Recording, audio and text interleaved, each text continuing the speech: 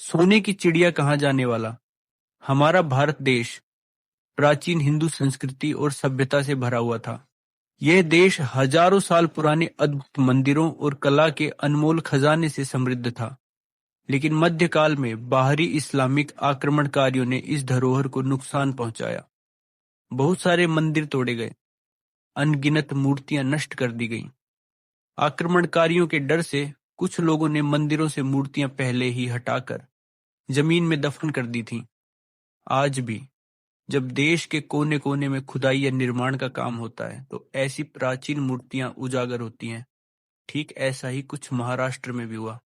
सिंदखेडा इलाके में राजे लखुजी राव जाधव, जो छत्रपति शिवाजी महाराज के दादाजी थे, यानी जीजा माता के पिताजी, उनके समाधि के जीर्णोद्धार का काम चल रहा था। समाधि के सामने खुदाई करते समय कुछ मजदूरों को एक प्राचीन शिवलिंग और मंदिर के अवशेष मिले।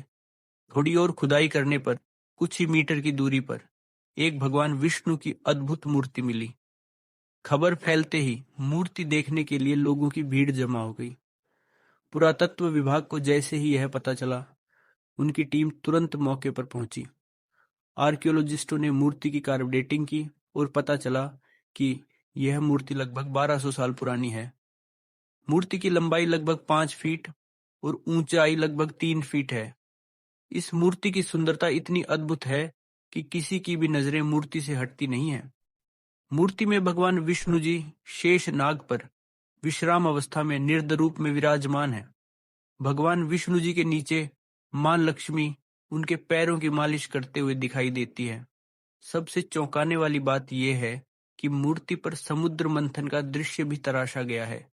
इस दृश्य में अश्व, ऐरावत और समुद्र मंथन के रत्न दिखाई देते हैं। इतना ही नहीं, दशावतार जैसे दृश्य भी मूर्ति पर मौजूद है। मूर्ति क्लोराइड शीस्ट पत्थर से बनाई गई है, जो स्थानीय पत्थरों की तुलना में अधिक नाजुक और मूर्ति निर्माण के लिए परफेक्ट माना जाता है।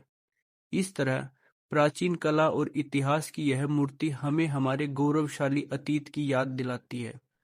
हर बार जब इसे देखा जाता है तो यह इतिहास की गूंज और संस्कृति की महानता का एहसास कराती है।